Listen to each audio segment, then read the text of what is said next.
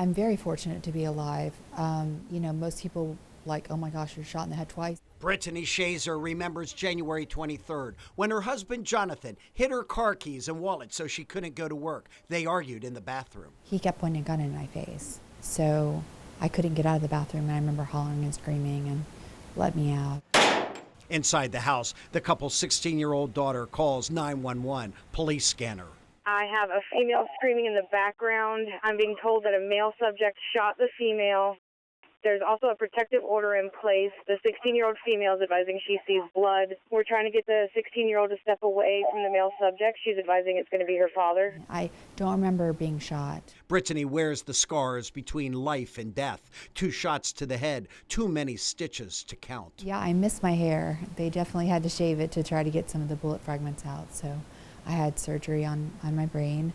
I'm missing part of my optical nerves in my eye. We met Brittany in her room at Riverside Rehabilitation Hospital. And I have a pin in this finger because they believe that I blocked, as I was getting shot, maybe blocked my head or maybe cowered. She's not walking, has eye issues, but is grateful to God that she is alive. I'm happy to wake up every morning and breathe the air that I breathe.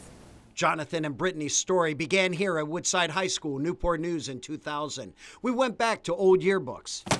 She was a freshman. He was a senior. She was a cheerleader. He would get his GED. Between her sophomore and junior years, Brittany would quit cheerleading because she was pregnant with a child who would end up making that 911 call. Brittany amazingly finished her junior and senior years in 1 year and graduated early. Brittany wrote this in the yearbook: "Sunshine is my nickname because I'm always smiling." But many times in her marriage, she was not smiling. It began around 2016 when her career was ramping up as a realtor. Jonathan became controlling. In hindsight, Brittany saw red flag warnings. Don't dress that way. Don't talk that way. Who are you talking to? There was a lot of scrutiny about what I was doing when I was doing it. Then came the first of 4 protective orders. So twice I had to go for a protective order. The first time I was declined. We contacted Newport News substitute judge No-Suk Pak Kim to find out why she denied that protective order, but our call was not returned. The second time when I went, I told them that he had threatened my life since then, and he had. He had told me he was going to put me in a hole in the ground, that nobody was ever going to find me because he was in construction and he knew exactly where to bury me. Judge Rebecca Robinson granted a protective order last November to expire in May, allowing contact, except no hostile contact. I just feel like it should have been no contact, period. No contact at all. Do not return to the home. That's right.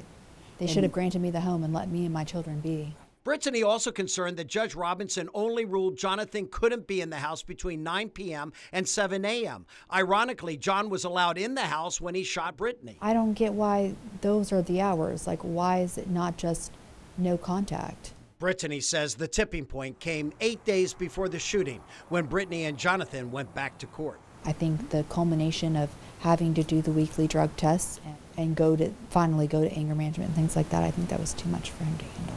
In the end, Jonathan would take his own life. If John were here today, I'd give him a big hug and tell him it's going to be okay, because it would be okay.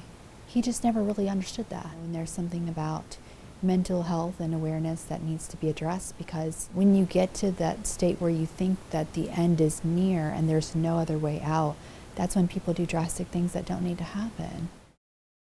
Brittany told me it's not the best story, but it is a story, and it is my story. Brittany's real battle lies ahead. She can't work now. She can't fully walk. She can't return to the home. And she says Jonathan did not have a life insurance policy. A GoFundMe page has been set up to help her and the children in the weeks ahead. I'm Andy Fox, 10 on your side.